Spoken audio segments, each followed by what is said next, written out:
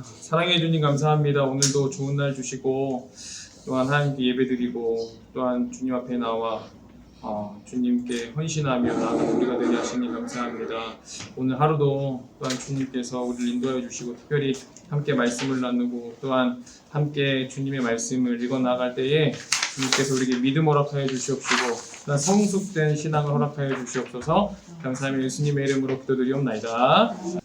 예수님께서 성장을 잘 하셨고 예수님께서 이제 공생애를 하시기 전에, 공생애라고 하면 또 하나님께서 주신 그 사역을 3년 동안 하시기 전에 이제 세례를 받는데요. 세례를 받는데 이스라엘 다녀오신 분 있으세요? 없어요. 없어요? 이스라엘도 가야 될 것 같은데. 영미 집사님은 갔다. 진짜 갔다 오셨어요? 요단강 다녀오셨어요 혹시? 요단강? 난 안 가봤어요. 요단강이 넓던가요, 좁던가요? 좁을 것 같아. 엄청 좁아요. 거의 이게 천이라고 할 정도도 안 되고 안양천 엄청 넓은 거고. 그 요단강이 어느 정도냐면 이게 조금 거짓말 못해서 또라이야. 남자 큰 정성한 남자가 뛰면 뛸 수 있을 정도밖에 안 돼요. 근데 뭐 옛날엔 얼마나 넓었는지 모르겠지만 그 요단강에서 예수님께서 세례를 받으셨습니다. 누구한테요? 요한. 원래 이름은 요한인데 6개월 먼저 난 요한인데 예수님께 세례를 베풀어서 세례 요한이라고 합니다. 그런데 예수님께서는 죄가 없으신 분이고 그리고 잘못이 없으신 분이고 무결한 분이시고 무흠한 분이신데 왜 세례를 받았을까요? 예수님께서 왜 세례를 받으셨을까요? 맞습니다. 또 그냥 막 아무 말 이야기하시면 돼요. 예수님이 왜 세례를 받으셨어요? 왜? 와, 맞아요. 제가 말씀드렸죠. 예수님이 어떤 분이냐에 따라서 동방교회와 서방교회가 나눠졌어요. 예수님이 어떤 분이냐? 하나님으로부터 온 존재다. 아니다. 그냥 뭐 사람이다. 뭐 예수님 마리아를 통해서 난 사람이다. 이렇게 싸워서 이제 동방교회와 우리 서방교회가 나뉘었고 그리고 종교개혁을 하게 되었는데 첫 번째 이유는 예수님께서 완전한 인간이시기 때문에 그래요. 그래서 예수님도 죄인으로서의 모습을 표출하시면서 세례를 받음으로 이 죄가 사해졌다라는 걸 이제 보여주시는 것이고 또 하나는 삼위일체 하나님이라는 걸 보여주시기 위함이에요. 그건 나중에 이렇게 해서 말씀드릴게요. 그리고 예수님께서는 자신이 죄인이 된다. 아까 말씀드린 것처럼 완전한 인간으로서 죄인과 동일시하시면서 동일시하면서 본인을 보여주신 거고 그리고 가장 큰 의미는 뭐냐면 인간으로서의 모범을 보여주신 거예요. 의의 길로 어떻게 갈 수 있는지 보여주신 겁니다.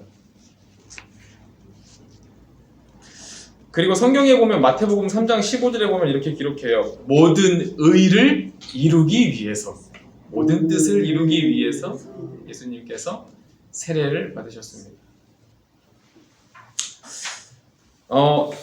3번 보시면 예수님께서 세례를 받으실 때 어떤 일이 일어났나요? 말씀 한번 읽어볼까요? 16절, 17절. 자, 시작. 예수께서 세례를 받으시고 물에서 올라오실 때 하늘을 열고 하나님의 성령이 그에게 하시되어 자기 위에 임하심을 보시더니 하늘로부터 소리가 있어 말씀하시되 이는 사랑하는 아들이요 내 기뻐하는 자라 하시니라. 아멘. 첫 번째, 하늘이 열렸어. 하늘이 열렸고 하나님의 성령이 비둘기같이 내려 자기 위에 임하셨고 거기에 소리가 들렸는데 뭐라고요? 이는 내 사랑하는 아들이요 내 기뻐하는 자라 하시니라. 그 그림이 요겁니다. 제가 적어놓은 걸 놓고 와가지고 제가 다시 적어놓은 걸 한번 볼게요. 이건 누가 그렸냐면요 요아킴 파티니에르라는 사람이 그렸답니다. 요아킴 파티니에르라는 사람이 그렸고요. 이거는 오스트리아 빈에 있어요. 비엔나 미술 박물관에 있고요. 1515년에 그렸답니다. 1515년에 그렸어요. 우리 오스트리아 빈도 가야 될 것 같습니다. 자, 보시면 당연히 가운데 이렇게 손 모으고 있으신 분이 예수님이실 거고요. 예수님이고 옆에서 이렇게 손 이렇게 이게 이분이 세례 요한일 겁니다. 그런데 옆에 이렇게 살짝 흐르는 강이 이게 요단강일 거예요. 그렇죠? 지금 많이 말라서 좁아졌지만 요단강이고요. 자, 예수님은 물 속에 들어가 있고 세례 요한은 어디 있어요? 물에 있어요, 없어요? 물 바깥에 있죠. 물 바깥에 있죠. 이게 세례 요한의 위치가 정확히 무엇이었냐면 예수님이 오시는 걸 예언한 자로서 끝이었어요. 그러니까 본인도 알았어요. 왜냐하면 그의 길을 예비하는 거에만 그의 인생을 다하면 끝이다라는 걸 알았어요. 그렇기 때문에 같은 물에 들어갈 수가 없는 거죠. 이 그린 사람도 같은 물에 들어갈 수가 없어요. 왜냐하면 예수님은 신이기 때문에, 그리고 신성이 있는 분이기 때문에, 또 완전한 사람이기 때문에 같은 물에 들어가서 그 물로 세례를 줄 수 있는 위치가 아니에요. 요한은 사람이기 때문에. 세례 요한 옆에 나무 밑에 파란색 천 같은 거 보이세요? 파란색 천. 이게 예수님 옷이거든요. 예수님 옷으로 그렸는데 파란색이죠. 이 파란색이 신성을 의미한답니다. 신성을 의미하기 때문에 파란색 그림으로 이렇게 그려주셨고, 그래서 세례 요한과 예수님에 대한 예수님 이야기가 있고, 그 다음에 예수님 바로 위로 쭉 올라가면 동물이 하나 있는데 뭐가 있죠? 네, 비둘기. 그 위에는 하나님이 계시죠. 네, 하나님이시죠. 그 장면이에요. 하늘이 열리고 비둘기가 성령님을 상징하는 비둘기가 내려왔고 이야기하는데 이는 나의 사랑하는 아들이다 라는 거예요. 그런데 하나님과 비둘기와 예수님이 일직선상에 있죠. 이게 삼위일체를 표현하는 겁니다. 삼위일체를 표현하는 거기 때문에 보시면 될 것 같고요. 그 다음에 이제 한 가지 더 말씀드리면, 왼쪽에 보면 사람들의 무리가 있죠. 계속 우리가 그림을 봤지만 한 인물이 여러 군데 이렇게 표현이 되는 경우가 있잖아요. 그 무리 속에서 앞에서 손을 뻗고 말하고 있는 사람이 세례 요한이에요.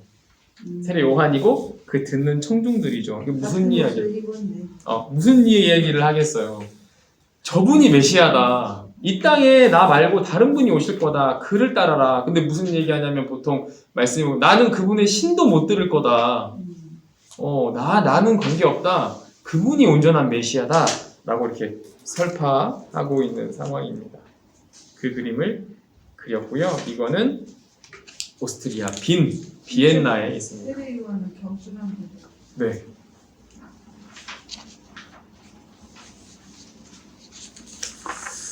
자, 그 다음에 예수님 사진이 여기 동산 위에 써 있는 그림. 응? 어디요? 그 동산 위에 네. 예수님. 맞아요. 여기 예수님이에요. 네. 네, 예수님 파란색 옷 입고 있으시죠? 네. 네. 저분이다. 저분이 메시아다. 라고 말하고 다녀가지고 죽게 됐어요. 그래가지고 너무 아쉽게도 죽음을 맞이했습니다. 자, 뒷장 보실까요? 보시면 예수님께서 이제 광야에서 40일을 이제 보내신 다음에 어떻게 했냐면 사탄에게 시험을 받으셨습니다. 사탄에게 시험을 받았는데 기억나시는 거 있으세요? 세 가지입니다. 떡, 또 성전 꼭대기에서 뛰어내려라. 또 하나는 맞아. 하면 경배하면 다 줄게. 그래서 그 신대원 다닐 때 이게 어떻게 외웠냐면 떡띠경으로 외웠습니다. 떡띠경.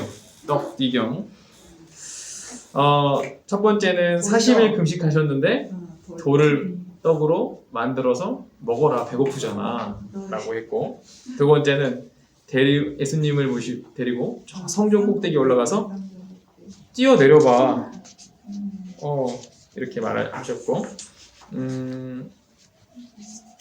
세 번째는 높은 산에 가서 나한테 경배해. 그럼 너 다 줄 거야. 라고 이야기를 했습니다.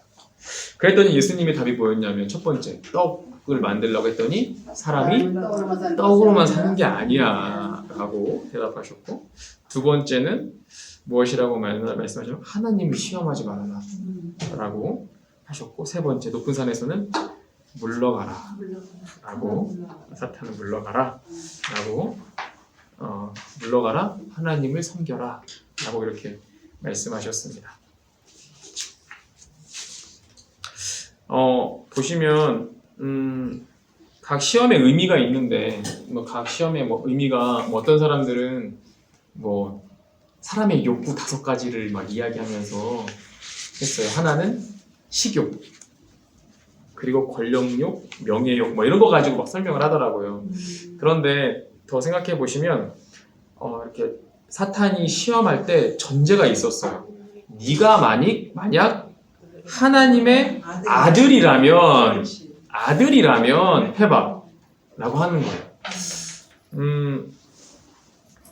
사실 하나님의 아들로서 증명할 수 있는 기회였을 거예요. 근데 만약에 예수님께서 떡으로 만들 수 있었고 정말 화를 내시면서 분을 내실 수도 있었고 그 상황에서 사탄을 쳐박아 버릴 수도 있었을 거예요. 정말 통쾌했겠죠? 그런데 그렇게 하지 않으셨어요. 대신 하나님은 하나님의 아들로서 신의 존재라는 것을 증명하는 대신에 그 예수님께서는 하나님의 아들로서 또한 하나님의 자녀로서 살아가는 방법에 대해서 답을 하셨어요. 먹는 게 중요한 게 아니야. 하나님의 말씀이 중요하다. 두 번째는 하나님을 시험하지 말아라. 또 세 번째는 물러가라. 하나님을 섬겨라. 이 이야기가 사탄에게 한 이야기지만 사실은 우리에게까지 의미가 되고 전달되는 의미는 하나님의 자녀로서 어떻게 살아야 되냐면 떡을 보면서 살지 말고 하나님의 말씀을 가지고 살고 명예를 가지고 명예를 드높이기 위해 살아가지 말고 하나님을 시험하지 말고 하나님께 순종해라는 의미고 그리고 명예를 가지고 또한 겸손하지 못하고 권력을 가지려고 애쓰지 말고 그 마음을 떨치고 하나님을 섬기며 살아라 라는 이야기가 우리에게 오는 거거든요. 근데 그 의미가 있어요. 그래서 예수님께서 이 시험을 잘 마치시고 사탄은 물러가게 됐고 또 하나님의 자녀로서 이렇게 살아가야 한다라고 이렇게 말씀하셨습니다. 이 이야기가 이제 6번의 답이 될 수 있을 것 같아요. 우리는 삶의 태도로 승리하는 것이고 사탄이랑 싸워서 전쟁에서 이기는 것이 아니에요. 전혀. 왜냐하면 사탄과 우리의 대적하는 존재는 우리보다 능력이 훨씬 많습니다. 이길 수가 없어요. 왜냐하면 호시탐탐 노리고 있기 때문에 그리고 우리의 약점을 너무나 잘 알고 있거든요. 그래서 우리는 이길 수가 없습니다. 그렇기 때문에 피하고 그리고 대적해서 화를 내며 싸우는 것이 아니라 우리의 삶으로 보여줘야 돼요. 그런 삶을 살지 않겠다라는 것을 보여줘야 되고 그 변증과 증거로 이기는 것이 아니라 삶으로 우리가 보여줘야 하는 거거든요. 그렇기 때문에 우리가 어떻게 살아가느냐, 어떤 모습으로 살아가느냐, 무엇을 가지고 살아가느냐, 무엇을 담느냐 이것이 굉장히 중요합니다. 기억해 주시면 감사하겠어요. 자, 우리 그림 볼까요? 보시면 이거는 이탈리아 사람이고요. 이탈리아 사람 두초인데 제가 풀네임을 까먹었어요. 두초라는 사람이에요. 두초라는 사람이 1308년에서 1311년 사이에 그린 그림입니다. 두초, 이탈리아 중세. 근데 왜 3년이나 걸렸냐면 이탈리아 시에나 성당에 그린 엄청 많은 그림 중에 이게 첩으로 몇 가지 그림이 스토리가 있거든요. 그 중에 하나예요. 그러니까 한 가지만 그린 게 아니라 수십 가지, 한 48가지의 그림을 그린 것 중에 이제 하나로 이 그림을 그린 거고요. 45장이랍니다. 45장, 아니다. 71장을 그렸는데 그 중에 그림 하나입니다. 보시면 예수님께서 여전히 어떤 색 옷을 입고 있죠? 푸른색, 이 신성을 의미하고요. 예수님이 보고 계시고, 그리고 사탄이 아마 산꼭대기에 올라가서 이야기하신 걸 거예요. 산꼭대기에 올라가서 무엇이라고 했죠? 사탄은 무슨 이거 다 너 다 줄 테니까 경배해라 라고 했더니 이렇게 저희가 도망가는 거고, 그리고 왼쪽이나 이렇게 오른쪽 보면 이 건물들이 조금 이쁘죠. 색깔이 이쁘고, 그리고 색깔이 막 칠해져 있죠. 이 세상 것에 대한 그 유혹과 그리고 악함을 표현한 것들이고요.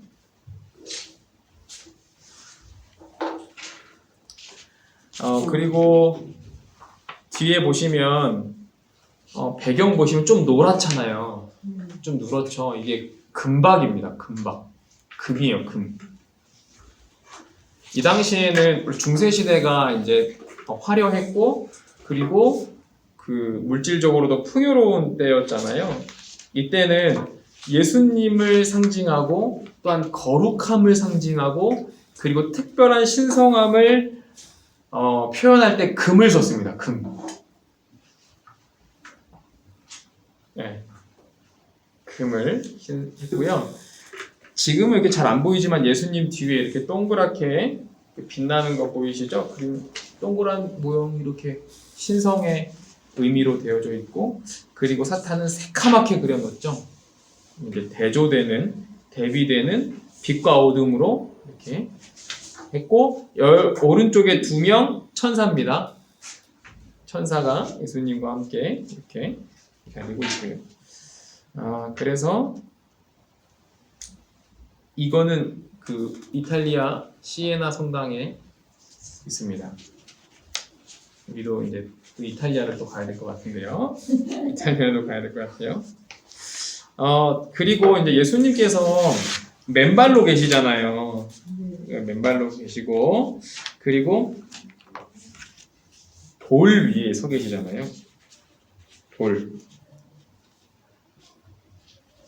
이게 그거랑 또 이제 우리가 밀맥상통하는데, 이 교회를 어디다 세운다고 하시죠? 반석 위에. 네, 그 반석을 의미하는 거고요. 그리고 예수님께서 파란색 옷을 입고 있지만 속에 있는 천은 무슨 색이죠? 붉은색, 홍색이죠. 십자가에서 제가 보혈을 의미합니다.